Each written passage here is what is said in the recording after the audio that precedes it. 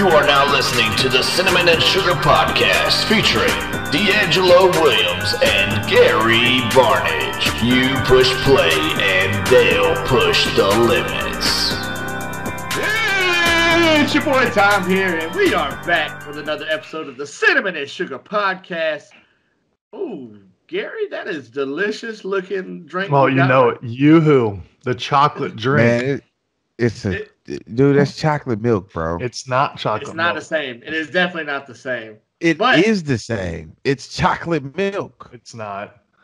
And It goes down smoother. I like what you did there. As you can see, we are obviously the What Did You Do This Weekend segment is now sponsored by Yoo-hoo chocolate drink. Grab a Feel Yoo-hoo. free to send us free Yoo-hoos for life. Yoo-hoo. I would love that. I will drink it all the time. I already do. But I will say, you add whore. the one thing I don't like about Yoo-hoo though is it's not something you can sip. I take it, I down it.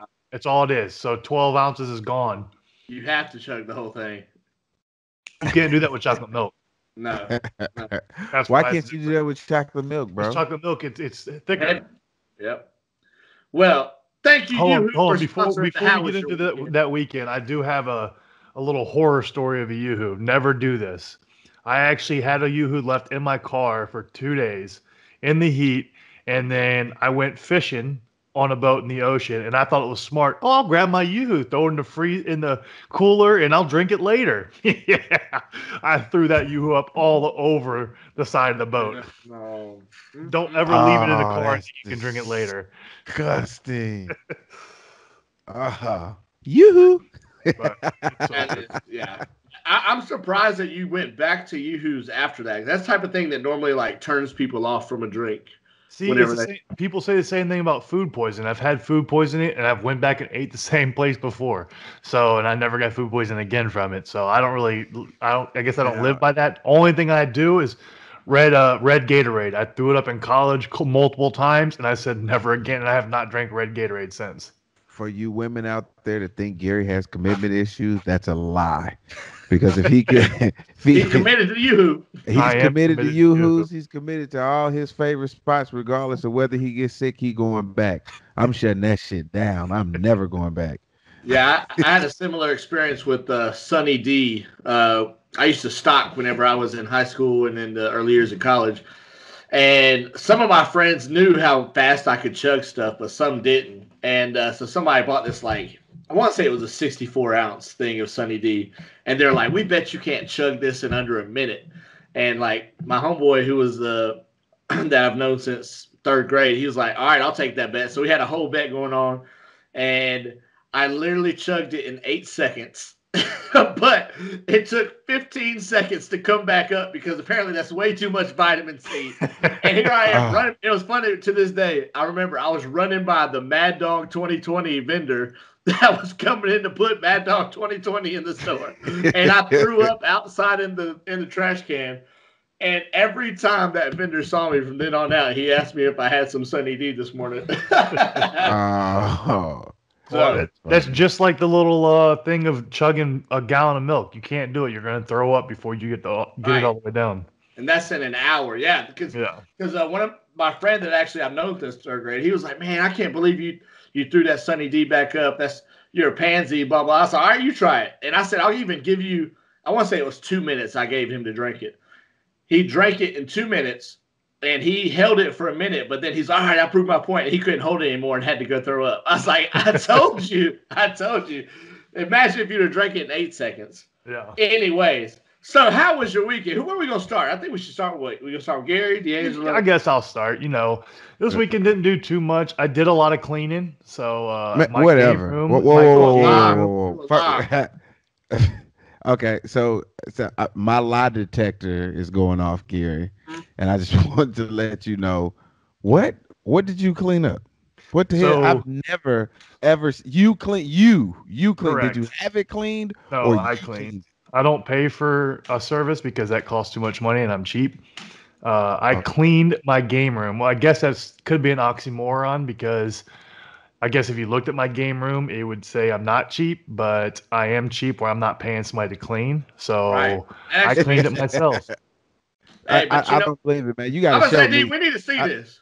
We need to see all right, this. All right, I'll bring it to you. Let me call from the phone when I get over there. Okay. Yeah, that's what you're gonna have to do because I don't believe it. I Him don't. and his I can't ponytail believe- looking like who's the hero from Mulan?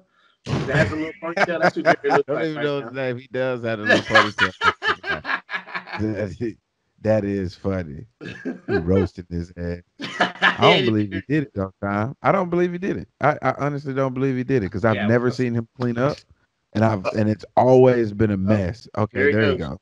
All right, y'all got me? Can y'all see me? Yeah, we can We see can you. see Keanu Reeves. All right, hold on. Let me how do I No, flip that's this? not Keanu Reeves. What's his name? Jack. All right.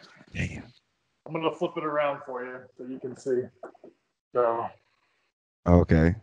So right, turn you guys are seeing right now. game room. Wow. Oh, Alexa, Wow. turn on game room.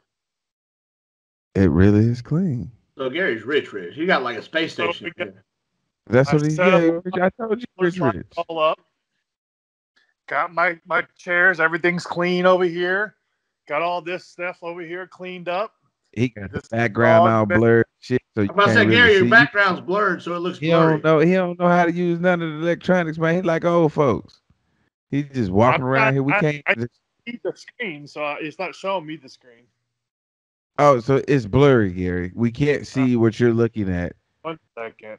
Can you take off your blurred background? Because we still don't believe it. Like it's okay.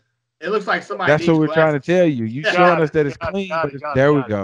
All right. There we go. There we go. We Now got. We're gonna work through these issues. Okay, now it's there good. we go. So now we Okay. got PlayStation.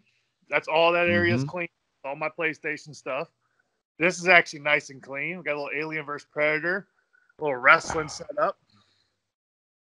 Oh, do you change what's in the background back there? Do you change the wrestlers in their position, or they just in the same position? I just changed them yesterday when I cleaned, so they fell down. Okay. If you guys want to see this, it's on our YouTube channel, the Cinnamon and Sugar YouTube channel. But yeah, we're currently going through his game room right now that he cleaned up. What's in that glass case over there? So, What kind of figurines? Turn on displays. Oh wow. Oh, Turn he got on him all display. hooked up to Alexa.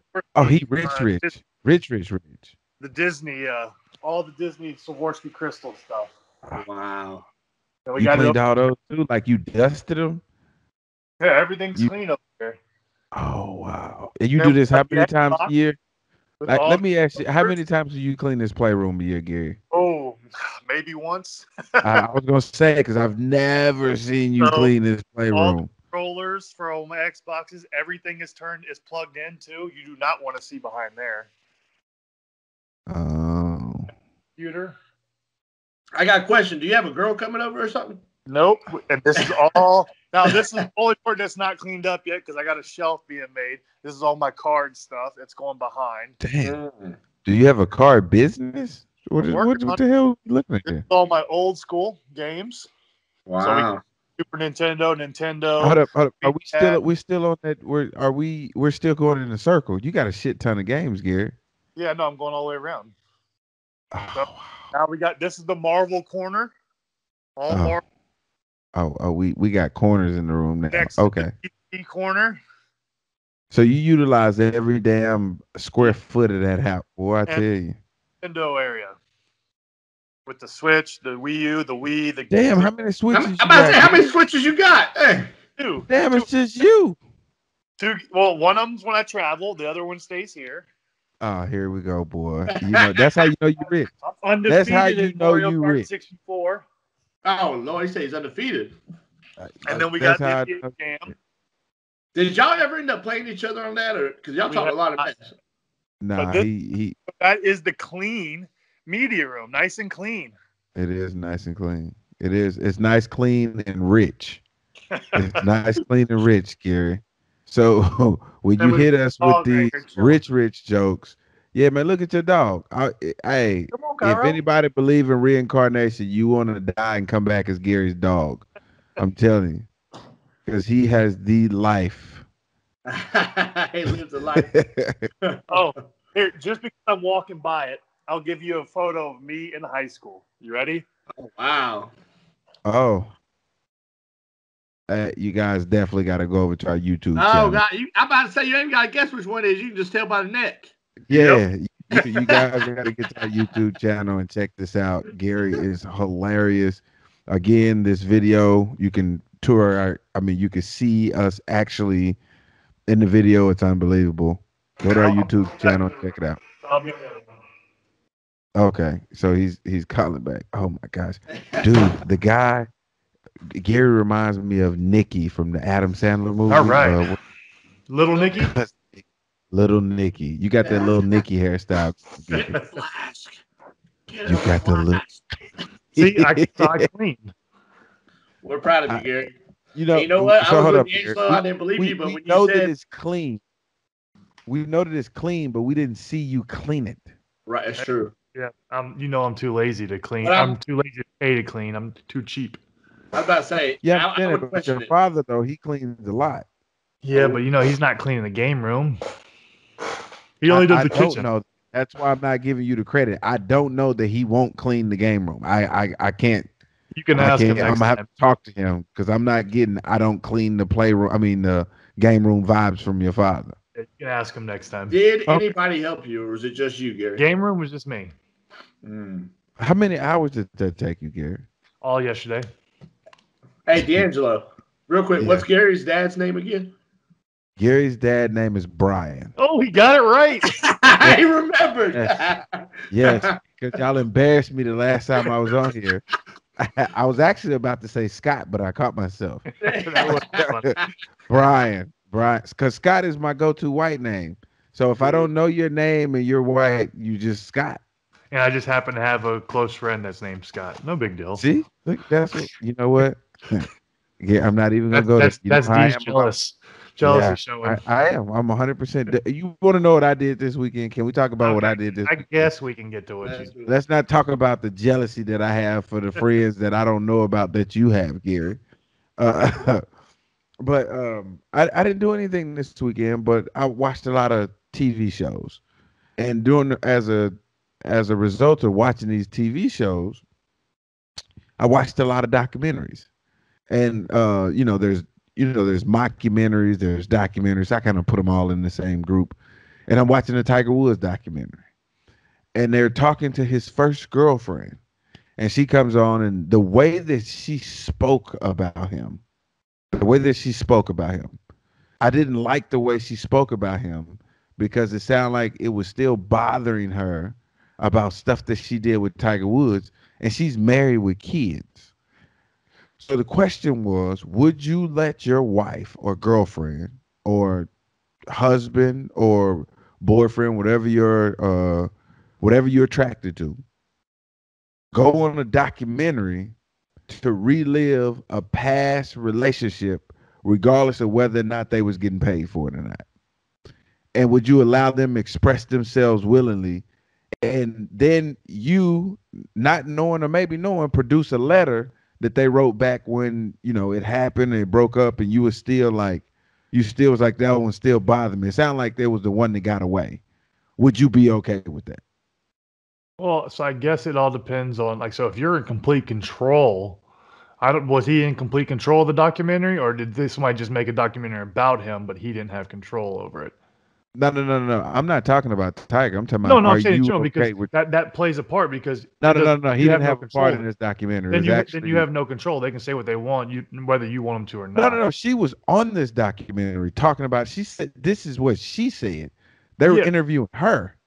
But you're saying, if I was in Tiger's position, would I want my ex to do that? No, that's not what I'm saying. I'm talking about, would you want your ex is the one that's talking about it. So the girlfriend that's went on here, that's your girlfriend. That's your wife now.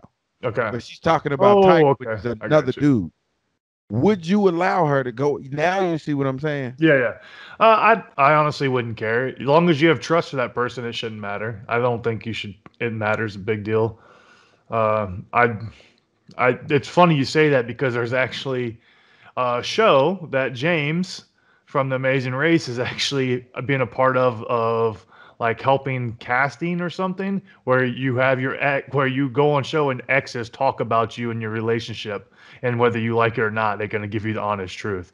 So it's interesting that's because they're actually making a TV show in that realm of topic. So Tom, what do you think? So Cynthia approaches you and say, yeah,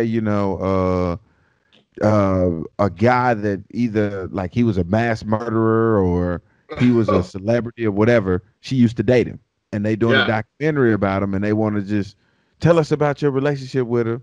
And she get up there and she start talking like she still got feelings for this dude. Y'all married with kids. How do you address that? Or you just let it ride? Like, yeah, I'm cool with where I'm at. Well, first things first, me allowing Cynthia to do anything is already a little bit of a misstep. Well, not allowing. I guess agreeing with her going on there. Like, would you give some resistance, or would you just be like, by all means, go ahead and do what it is you want to do? I mean, if she's getting paid for it, for sure. But then I excluded that. I said regardless of whether she's getting paid for it or not when I started it. Yeah, no, I remember. I heard you. I'm just saying it would depend on what we would have to have a talk before. Like, okay, what's going to come out or be said in this documentary? Is it going to be anything that could affect our family long term? If so, then no. But it's her life and her past, and if she wants to recount it for millions of people to watch, who am I to stop her if it's not going to have any effect on us? So I think the biggest thing is you would have to sit down with your significant other and say, hey, just know that if you do this, any backlash or blowback you get, you're handling on your own because you chose to go do this. I'm not going through and dealing with all the backlash people are going to give you. You're on your own dealing with that stuff. We'll still be good, but you get to deal with all that by yourself. But the reality is that he's going to have to go through it too, because y'all do it. Y'all do it right now. Y'all do it to this day. Every time either I come across the screen or I did something crazy, y'all hit me like, boy, you something else. Or it could be somebody that I know, like, hey, man, your boy this. So I know he's getting those texts or those phone calls from his friends like, hey, man, I saw your wife on the documentary, man. Y'all cool? Yeah, see, I haven't watched it, so I'm interested now. So I'm about to go and watch it and see what all you're talking about.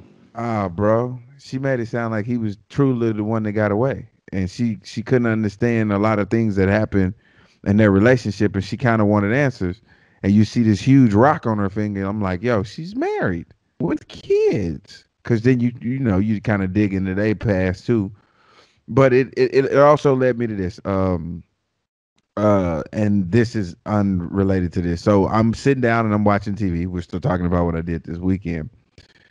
And they said that they had to let Trey Boston go in Carolina, right?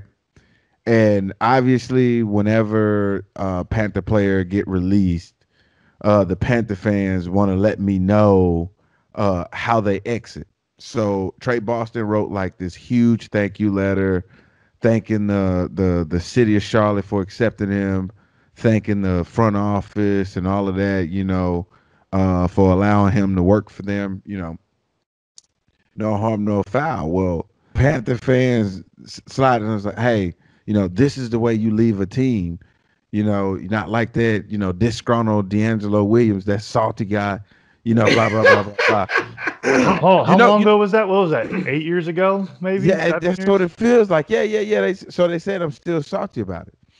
So they led me to this right here. I was sitting outside. I had my dog outside, and a lot of stuff come to me when I'm outside. Mainly when I let the dog out so he can go to the bathroom because I got to watch him because he's still a puppy. I thought about this. I said, let's just say 99% of America, Gary, you included, Tom, has never played at the professional level. Not only have they never played at the professional level, but they always compare what they can do at their job to us doing our job on a professional level. Fair enough? Can we all agree? Correct. With that? You agree, Tom? Oh, yeah. True assessment, all the right? time. Okay, so that's what they use. So if that's the case, then why don't you treat us the same way? So if your job fired you and the working world, if your job fired you you can say what you want to say about your coworkers, whether you like the job or you dislike the job, and then you go to another job, you always express your dislikes of what you didn't like about the job, even though you miss some of your coworkers, and everybody accept that. You can go on Facebook or you can go on social media right now, and you can blast the job that just fired you, or you could speak ill will about it. But yet, the moment we do that, then it's an issue. It's a problem. So you pick and choose what narrative you want to decide you want to use when it comes to being football players. And this is why it bothered me. Nobody has ever got fired or left their job in the working world and wrote a thank you letter. Man, I really appreciate you for hiring me to be the bus boy, or I really appreciate you for hiring me and giving my first opportunity to be a waitress. Like I nobody ever writes a letter back. Like, so when did it become like this big thing for you to write thank yous? Because if you wasn't good enough to play as a professional athlete, you wouldn't be there. So it's not like they doing you a favor by hiring you or you winning the lottery. They're paying for a service.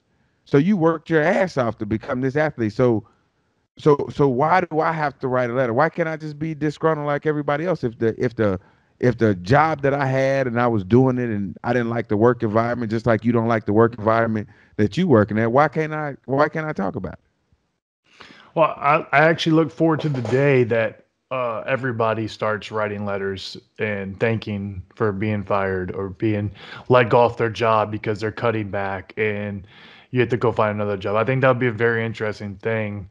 I think like what people don't understand is there's emotion in your job. Like people are, like you said, people are disgruntled with their stuff when they get fired or whatever. Just like athletes are disgruntled if they get released. I put on a face, but I was pissed with the way I was released in Cleveland. But for myself, I just know who I am. I don't air it, but I was pissed because the way it was done just wasn't done the right way. Everybody always preached a certain way. Oh, we're going to do this the right way. We're going to talk to you. And I was blindsided by it. It'd have been different if I would have been told about it. There was a whole nother level of it. And I was more frustrated with that aspect. But I just chose, I'm not the type, I'm not going to rate. Well, D, everybody knows who you are. You speak your mind and power to it. I got nothing wrong with that. You were done wrong in certain aspects. You're going to let people know about it. Because if you don't, then now you just look like a normal person. You're just going with everything. Like you have a right to feel the way you want to feel and you don't have to hide it. And I think that's the problem is because you are considered a celebrity because we're athletes are considered celebrities, that everybody's entitled to knowing everything about their life and they have to be a certain way in front of a camera and all. No, we're normal people. That's what I hate. I hate when people use our job. We're just normal people that have an extraordinary job. That is all it is. It happens to be on TV. There's nothing like crazy about it. We're not different from a normal person. Our job was just different than theirs and was more high profiled. Just like actors and actresses, they put them on a pedestal. They're just normal people. They just have a job that you happen to see on TV. It doesn't make them different than you. If you want to see them as that way, that's on you. But that's not how I see things. That's not how I feel I am. I don't like to be seen as that. And I think when you bring up this type of stuff where, people always comparing their jobs to ours, you can't. It's such a different and a vast difference. Right. You can't compare. There's so many things that are different.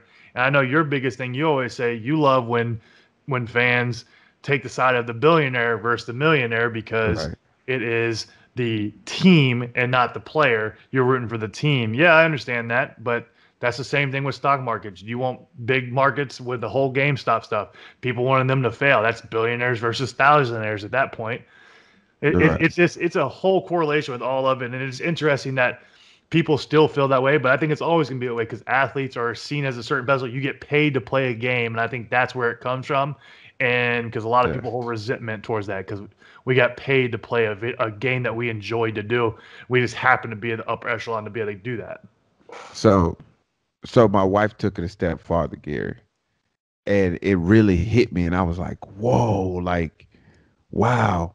I said, I don't understand this. She said, I'll tell you why. And she took a pretty good stab at it, and this was her stab.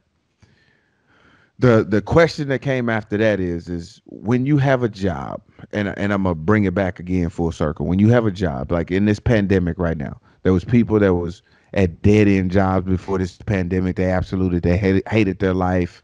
The litmus test or the bar was high in terms of job and how people felt about it. You know what I'm saying? But now since this pandemic hit, like everybody's grateful to have the job that they have. You know what I'm saying? And I asked the question this. I asked this question. I said, does the amount of gratefulness depend on how much money the job produces? I would say so the reason why I say that is because when we get fired or we go somewhere, because we make so much money, people feel we should be grateful. But yet when we tell people that they should be grateful, it's like that we're mocking them so it's okay for them to tell us that, but it's not okay for us to tell them that. So I'm asking you, does gratefulness come from the amount of money that the job produce? I don't think it should, but I think it is put on a pedestal in an aspect. I don't think it should be. I think everybody's entitled to feel however and think you're whatever way you want, and money should not play an aspect in it. But I think it's also going to put it that way because people see it as, well, you're not going to struggle if you lose your job. We're going to struggle if we lose ours. I think that's where it comes into, because now it's their livelihood, and and they know, hey, you made millions. You're not going to struggle losing your job. You'll be completely fine.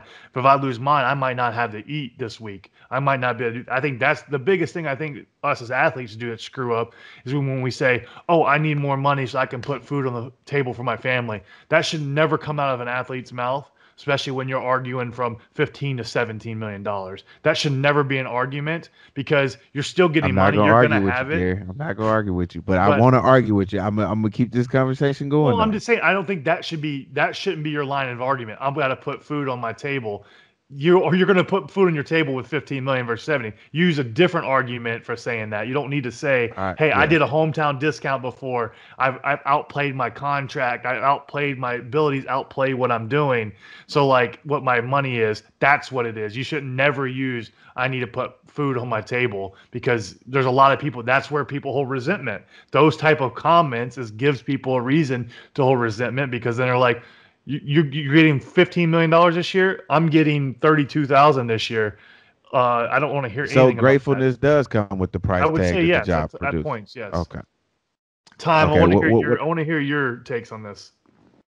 Yeah, I mean, I've always been on the side of the athletes when it comes to this. It's not just because I know you guys, but it's just like any other, because people always say, I see it all the time, these ungrateful, whatever athletes, spoiled, blah, blah, blah. Why are they overpaid, blah, blah, blah, blah. When teachers aren't paid as well, firemen, policemen, which I was like, you know what, maybe those professions are underpaid. But the reality is there are just more people that can do those professions. So it's just a simple supply and demand. There's a huge demand for professional athletes because people love sports. We've seen that time and time again throughout the pandemic. People were crying for sports. And then supply is the other part of that equation, whereas there are just so few people that can play the sport at a high level that people are willing to watch, because you've seen other football leagues try to come and go. They're just not as good to watch because the play is just not as good. So it's kind of like the WNBA, like, for example, because people always want to cry about, their pay versus NBA.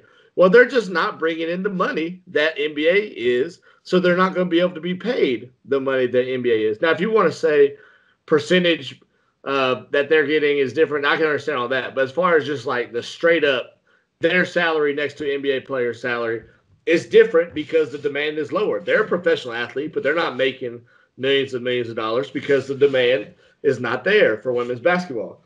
And I think you hit the nail on the head. It's just like when it comes to people, they think about, their lives where they have to go to work day in and day out to maybe a job they don't like. And they get paid such a small fraction of what you guys make. And then the other part is the equation is just the connection that people have to these sports franchises is crazy, to where it's like you don't use your right mind sometimes because you're just so intertwined with your love for these sport franchises. Because like you said, D'Angelo, if you're not good enough to play, you're going to get cut and nobody like looks at y'all like, oh, poor D'Angelo got cut. No. You know, even though you might have been out there banging your body on the line, getting shot up with, medicine so you can go out and play injured. But everyone gets all pissy whenever the players take the control. And I'm not trying to make it a LeBron thing, but that's one of the things that LeBron, I feel like, did for the NBA was gave the players control. You're making it a LeBron thing. You're making it a LeBron But thing. it's just because it's a perfect example. Like, he gave the players control. And so people got mad because, oh, well, he's team hopping, whatever. People are going. But my thing is, like, why let somebody that's in a front office that doesn't even play the game determine your legacy, who you are, where I understand, like, people want you to be loyal to a team. People want you to come in, spend your whole term with the team, and be that team's hero, like Dirk Nowitzki or Kobe Bryant. But that's just not like. Tom Brady showed that this year. Like, at a certain point, players have to force their own path. People are going to get thrown out to the wolves if the franchise doesn't think that they have any use, because that's essentially what they do. They use you guys to be good. When they don't have any more use for you, they're going to toss you away. It's just true. It's just true. So I'm glad that you said that. So this will be a great transition right here. Well, before you transition, I had one more thing about that. Go ahead. So, like you said, it's a limited, like a supply and demand. There's only about 2,000 people that can play professional football in a single year versus, like you said, firemen, police. There's millions all across the nation that do it. So it is very limited scope. And like you were saying at the very end, our work span is maybe 2 to 10 years. Luckily, some get over 10. The average NFL is 2.5, 3 years total. So you have a limited window when you could work on that. And then the rest of it, like normal people can work till 55 doing the same job, the types of stuff. We can't. It's not feasible for our jobs. Okay. And not only that is, you guys have a structure where you have to go to college for 3 years. Like any other job, you can, as soon as you're good enough to do that job, which I think for football is probably better that you develop your body. But, like, I've never agreed with it in basketball because, you can come out and dominate. But, like, in any other profession, if you're great enough to be at the highest level in high school, out of high school, in college, it doesn't matter. If you're good enough, you can go do it. But there's just, like, this hindrance on athletes. They have to wait to get paid. And then you come in, you have to survive out a rookie contract. And if you've done that, then you're going to get paid. It's like it's a lot. It's a lot. That's why whenever I was mad at Dak this year for not renewing his contract, I was like, go get everything you can, Dak, because quarterback is the most sought after position. If you don't think you're getting paid what you want, especially with knowing that the money was about to go up, cap's about to go up, like, get your money while you can. It actually did not go up, and he got hurt. Exactly. That's what I'm saying. It hurt his case. Right. Well, it hurt him. He bet on himself and he lost, but we've seen people bet on themselves, aka Joe Flacco, and make millions of dollars in the same exact scenario. So it's like, I don't see how people cannot be on the player's side in this situation, and they always take the side of the billionaire owners. D, go ahead. Man, I was trying my best, Gary.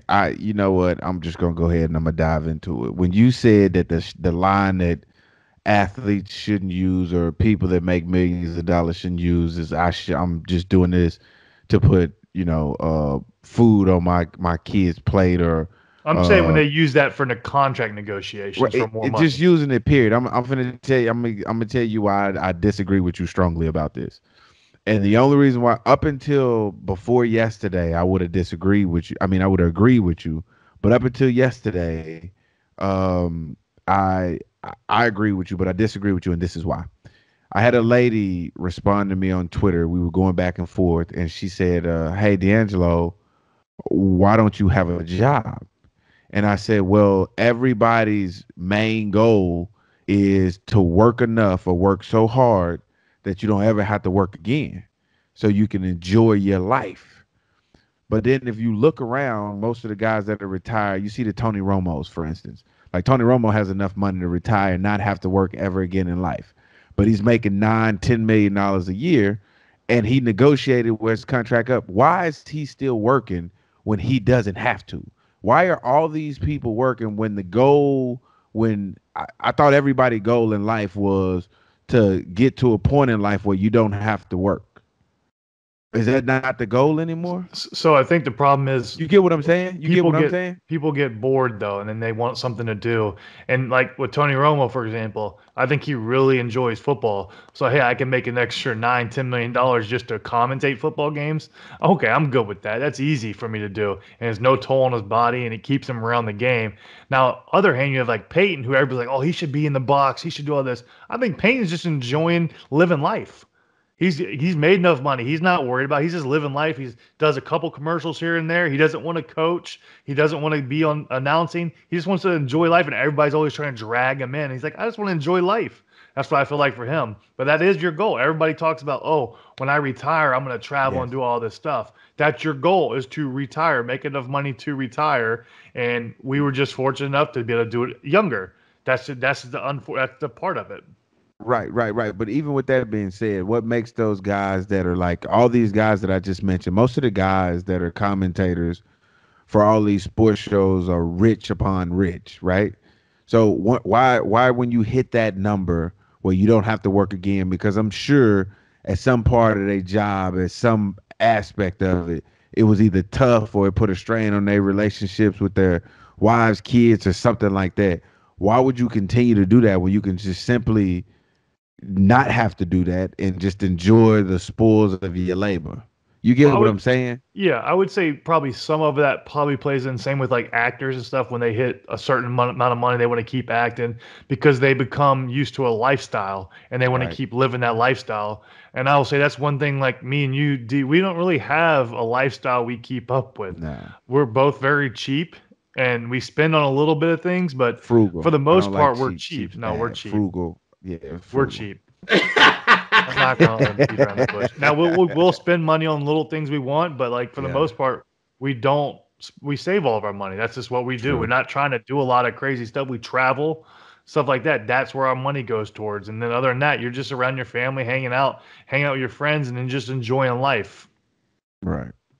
And so here's my last. This is my last question. And then, I'm gonna transition over to where I was going with it because I really want to hear Tom's thoughts on it. So Gary and Tom, it's gonna come.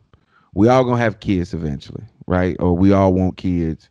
And when you have kids, the question is this: when it's time for them to leave the nest, should it be the kid's decision to leave, or should it be the adult time to leave? Because you've heard those kids that say, hey, I've been on my own since I was 14, or I can't wait till I'm 18 so I can move out. And I'm asking this question because of this. I don't see a situation right now where I'm at right now. Granted, my oldest daughter is 10, my youngest son is 8 months or 9 months now. Where I would just push them out of the house, where I put an age limit on it, like, hey, you getting out of my damn house at this age. Granted, I left my mom's house at 18, 19, but I went to college, and that's how I don't know how that conversation would have went had I not gone to college. And I had to make that decision. I had to move out with everything status quo, meaning your kids paying half of the bills at the house. They're chipping in, they're paying rent or whatever the case may be. What is the acceptable age? Because I know of a person that just moved out of their house and they was well over 50. Just moved out their parents' house. Nothing's wrong with them. They just decide like, okay, now it's time. Is there a certain age where you either push them out or you force them out, or do you let them make that decision? Like, okay, it's time for me to leave. So if I was a parent, I would think, because I could use my mom as an example. My mom said she'll never kick her kids out. She'll never kick her kids out long as they're doing things right. Now, if they start screwing up and doing wrong things and getting in trouble, she has no problem kicking them out because you're not living your life the right way. You're not doing things right. So those type of things, there can be circumstances that force you to kick them out. But I think if you're going to you can take you're going to want to take care of your kids. You're going to want your kids if they're struggling, and as long as they're chipping in, like you said, I don't think there is an age. I think your kids are going to. Most of the time, people are at a certain age, they're going to be like, I need to get my own place. I got to get out of my parents. Whether you're a guy or girl, you're not going to want to live with your parents because it's hard to have a relationship with other people when you're living with your parents, especially if they're coming back to your parents' house. That's not a turn on for a lot of people. So it's going to be hard for you to have relationships. So I think at a certain age, I think when you're in, especially if you go to college, that's usually when you would leave the nest. But even if you come back for a few years after you finish college, you might live at home while you're getting everything situated. But I think by the time you're mid-20s, I think most people have already realized I need to get out of my house. I need to get out of my parents' house and get my own place. I don't think there's a problem with it until you figure out what you want to do. Because I don't think most people live in their house forever. And now there is your extenuating circumstances where some might and stuff like that. But I think for the most part, people want to get on their own. And sometimes they're struggling. I think long as they're pitching in and doing things and they're not a nuisance or a trouble for that parent, I don't think the parents are really going to try and kick them out.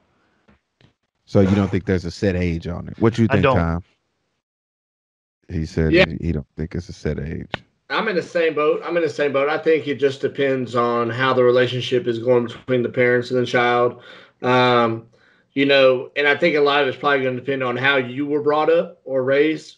As you know, if your parents were strict and like, hey, you're out of the house at 18, you might be that way. But then also on the flip side, you might be like, well, I want to do it how I wish my parents would have. So it depends on how your experience has shaped you and made you believe. To me, I feel like there's probably going to come a time where it's like, okay, at a certain point, you got to be able to fly on your own because the little birdie can't support you for the rest of your life, or else. Because at a certain point, you're doing them a favor by making them go out on their own and not allowing them to stay and live off of you. But you're doing them a hold up. You said it a certain. Say that again. I'm gonna make sure. You're doing a favor for the kids by pushing them out on their own. Right. No, you're not. You don't think if they just lived with you until they're like 35 and then have to go out and live on their own? Well, so this is why I say that, because there's some people right now that you know that you probably have as friends that you just like, man, you need some help. You probably need you need to go stay at your parents' house. You moved out way too soon, or you need some type of guidance because you out on your own is like a detriment to society. We all have those people. That's why you're laughing. We all have those people. So with that being said, you pushing them out, you're doing a disservice. Well, it's supposed to help them, but if they don't, that's on them. That's just like what they do with birds. Birds, hey, we're gonna push you, you're gonna fly. If they don't fly, they die. Gary. We're not birds. You don't just. So my parents was like, well, my mom was like that. She was like, hey, I can't wait till you hit 18 so you can get the hell out of my damn house. And I'm just like, how you know I'm gonna be ready? Like, how you gonna just give me an ultimatum and like a deadline? You know, it's good that I got the scholarship that I got, but it blows my mind, like even just thinking about my mom, like because I have kids now. Like, and I'm saying this now because they're young. I hadn't hit that puberty stage, and that I was about to say. I hadn't hit that stage yet. So because I hit that stage, it's always interesting to me how we do, or some of those moral compasses turn in different direction on certain topics and stuff. So that's why I was just trying to get a feel for where y'all thought, what you thought about that. But going back to the transition I was talking about, though, you said that there's not a lot of people. LeBron James gave the power to the players.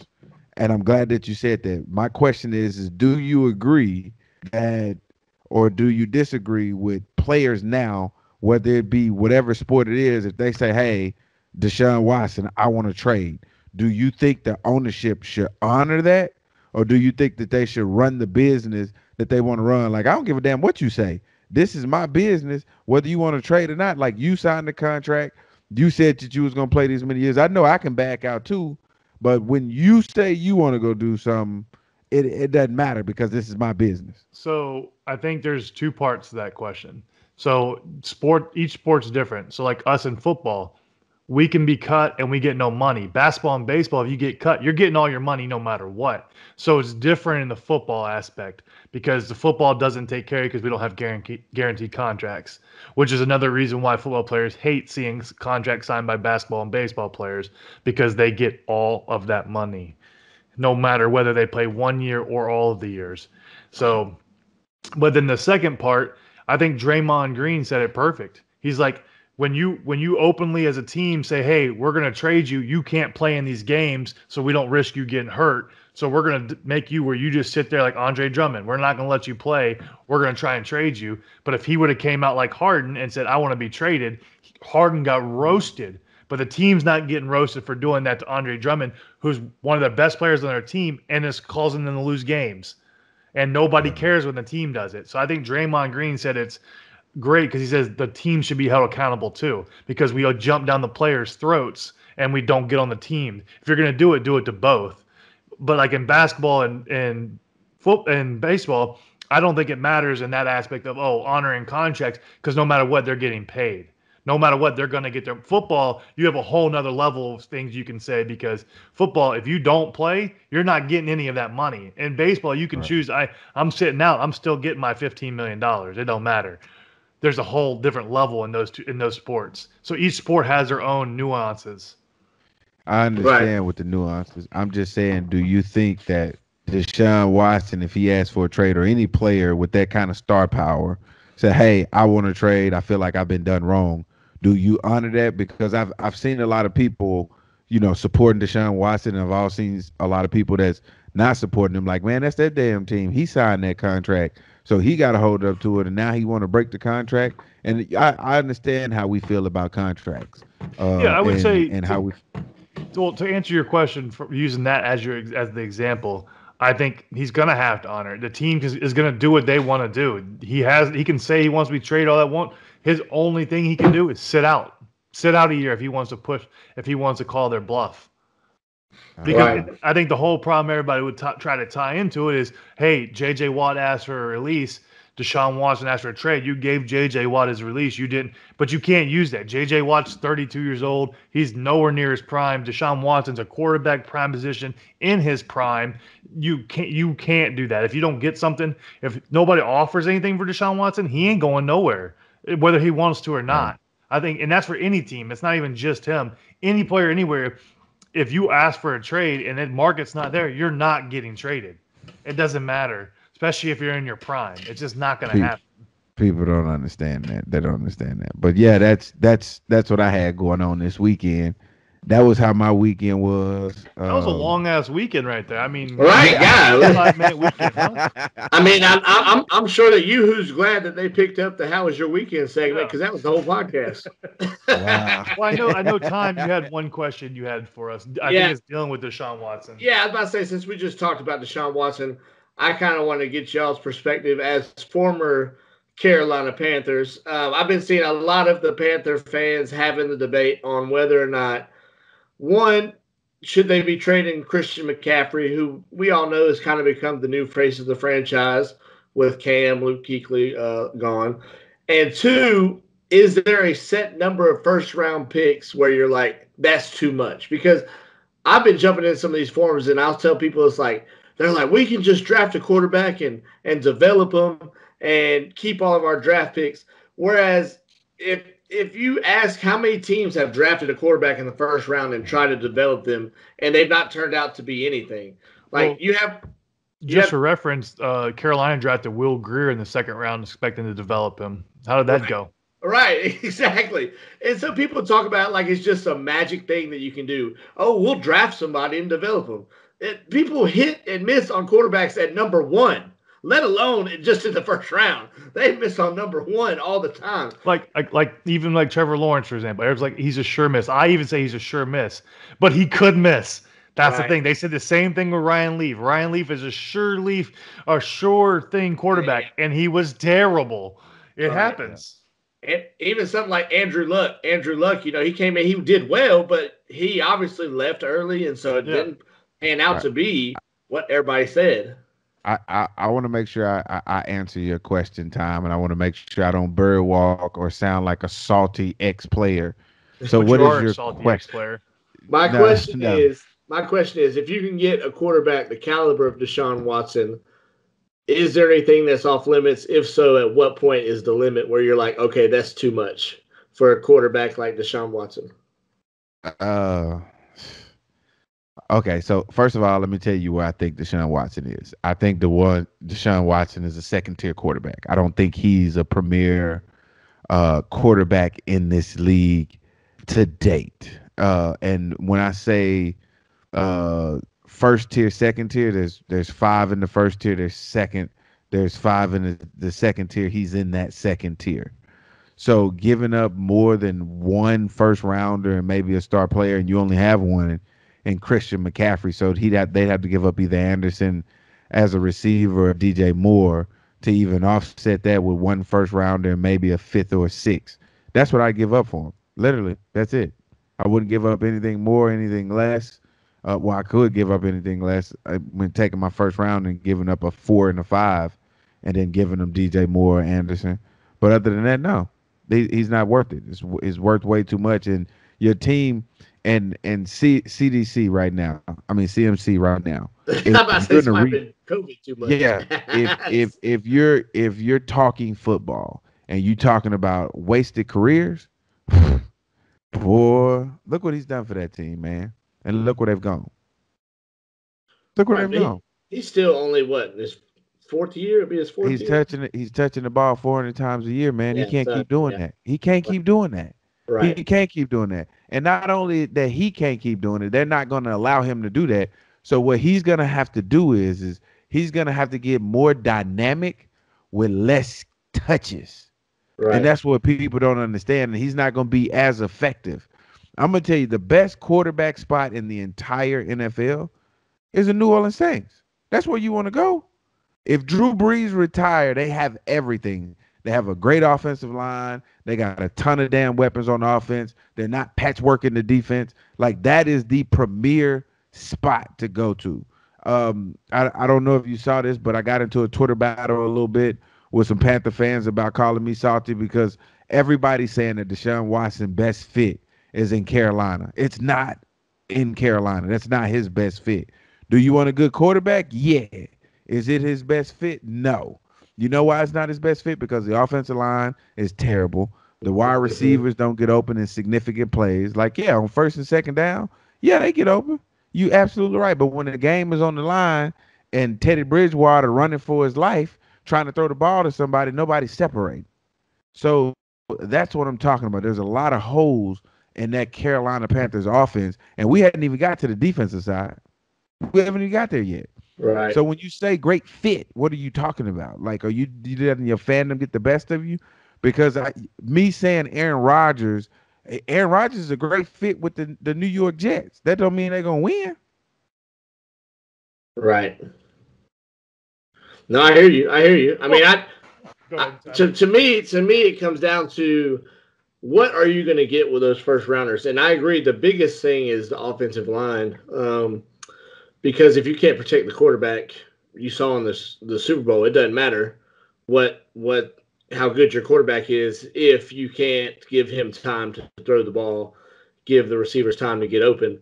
But to me, having a building block like Deshaun Watson to build around you can't build anything around him.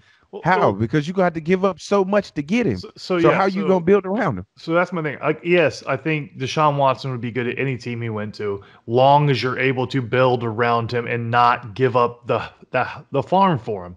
Like you said, like they've been saying they could throw up CMC this year's first, this year's second, next year's first, and the following year's first. No, because you just tanked 3 years of your team for one guy who you still have other holes, like D's saying. There's other holes on the team. Like, I think they're going to draft a quarterback at 8. I do. I think that's what they're going to do, or they're going to sign one if one becomes available, do a trade that's lesser. because they've already mentioned multiple times they don't like Bridgewater, and they've been backhanded ways, and supposedly Bridgewater stopped following them on Twitter or on Instagram or whatever it is. People make a big deal out of that. That's because the team's been bad-mouthing him to the public. So what do you think he's going to do? To me, is that considered salty because they're bad-mouthing him? He should have the right to be salty. If I got the salty tag, damn it, he got it too now. Because he just signed a $84 million contract, and y'all want to cut him after 1 year because there's other holes in the team. It's not just the quarterback play. And he didn't play with Christian McCaffrey the whole year, the best weapon on the team. I definitely don't think you get rid of him because he is arguably the best receiver and the best running back on that team. So you cannot get rid of him to get a quarterback, and then you're trading your best thing. It doesn't make sense. If Houston was able to do that, that is a steal by them. But I don't think they'll do that. Just like everybody's talking about, he could go to the Jets. I think they're going to keep Darnold. I don't think Darnold's going anywhere. I think he's going to get an actual chance because Adam Gase did not help him anyway. I know they're talking about Miami trading Tua and a first rounder for him. I don't know. I don't think he's going to be in. I think he's going to be in Houston until training camp, and he's going to say, I'm not showing up, and then something's going to happen then. I don't think it's going to happen soon. I just feel like they're going to hold and see what they can because they don't want to risk. They don't want to risk not getting enough for him because teams can be like, oh, he wants out anyways. Your market just went down. He's not going to play anyways. You're going to get rid of him for less, and that will be the issue. So my question is this: is he good enough to hold that team hostage? Yeah, because they don't have another quarterback. Is Deshaun Watson good? Definitely. I mean, but you can find him all the time. Like if he's the best player on the team. He's the best player on the team. You look at Herbert, like he's doing what he's. But Houston doesn't have a first rounder. So they can't even draft one. They have to draft like a second or third round guy and hope he hits. Who knows? But Deshaun Watson is the best player on that team.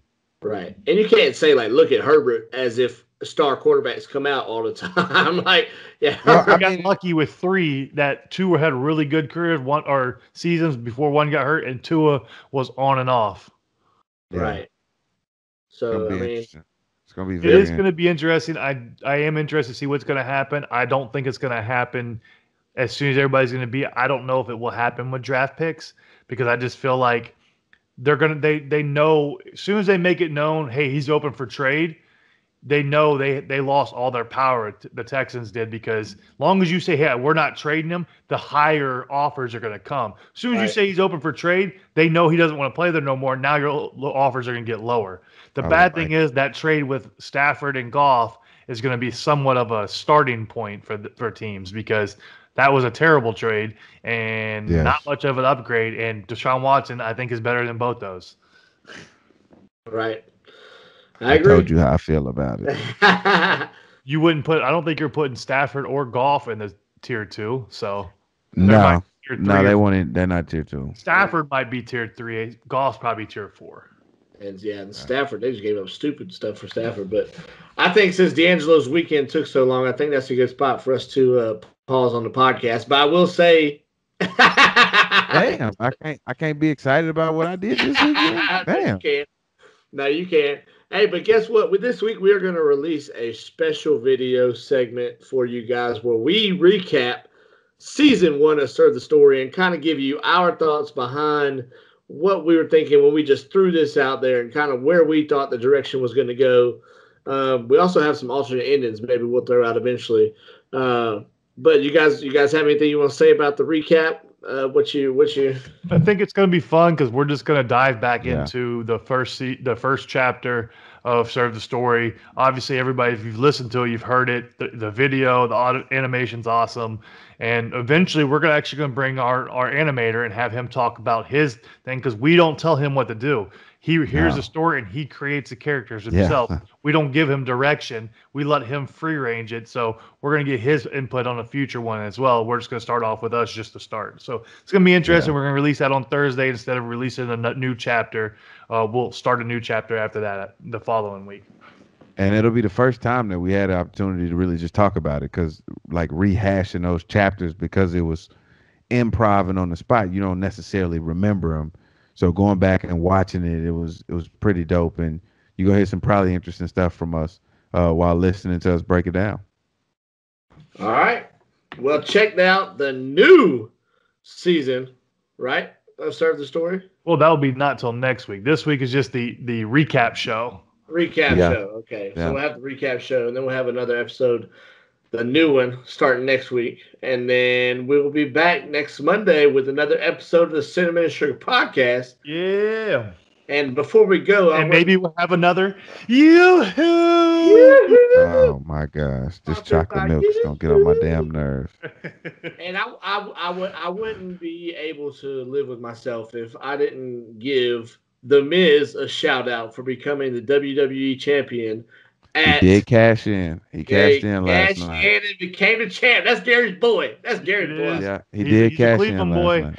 I'm always happy for him. I love it. That's why he didn't. That's why he said, "I'm not going to fight in the Elimination Chamber." Smart man. He wanted to cash in. Sounds like Gary made that decision. All right, y'all. We'll see you back next week. We out. You are now listening to the Cinnamon and Sugar Podcast featuring D'Angelo Williams and Gary Barnage. You push play and they'll push the limits.